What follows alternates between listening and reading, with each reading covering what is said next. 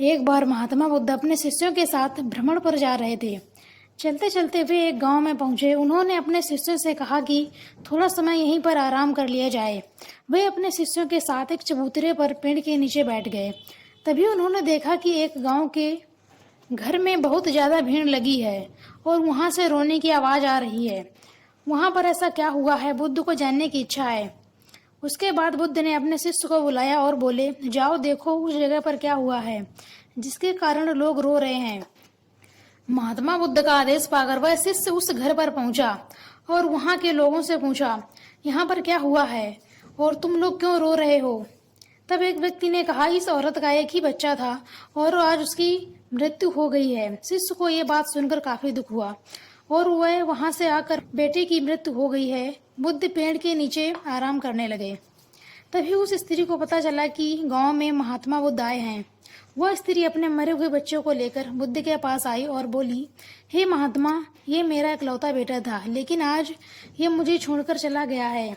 ये मेरे बुढ़ापे का सहारा था, अब मुझे कौन सहारा देगा। आपसे हाथ जोड़कर निवेदन है कि आप इसे कृपा करके जिंदा कर दें। आपके बारे में बहुत कुछ सुना है, आप सबका भला करते हैं, मेरे बेटे को भी जिंदा कर दीजिएगा। गौतम बुद्ध इस प्रकार की बात सुनकर सोच में पड़ गए। उन्होंने स्त्री को समझाया कि मृत्यु के बाद कोई जिंदा नहीं हो सकता है। यह घटना हर किसी के साथ घटती है। जो भी इस धरती पर आया है उसका मरना तो तय है। इतना समझाने के बाद भी उस औरत को समझ नहीं आया। वह बार बार यही कहती रही, मेरे बेटे को जिंदा कर दीजिए। फिर गौतम बुद्ध ने कहा, ठीक है, मैं इसे जिंदा कर दूंगा, लेकिन इसके लिए तुम्हें एक काम करना पड़ेगा।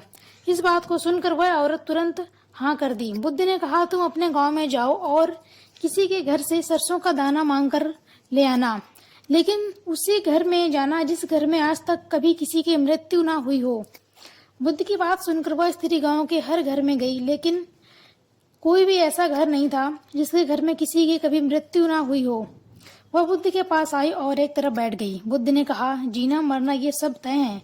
जिसने भी धरती पर जन्म लिया है वह एक ना एक दिन जरूर मरेगा। इस बात को ध्यान में रखते हुए हमें घबराना नहीं चाहिए, ये तो प्रकृति का नियम है। औरत समझ गई और बुद्ध के चरणों में गिर गई। बुद्ध ने उसे आशीर्वाद दिया और उसके बेटे का अंतिम संस्कार अपने उपस्थिति में करवाया। जब भी कोई मुसीबत पड़े तो हमें घबराना नहीं चाहिए, क्योंकि दुख की घड़ी धीरे धीरे समाप्त हो जाती है। अगर ये कहानी आपको अच्छी लगे तो अपनी प्रतिक्रिया अवश्य दें।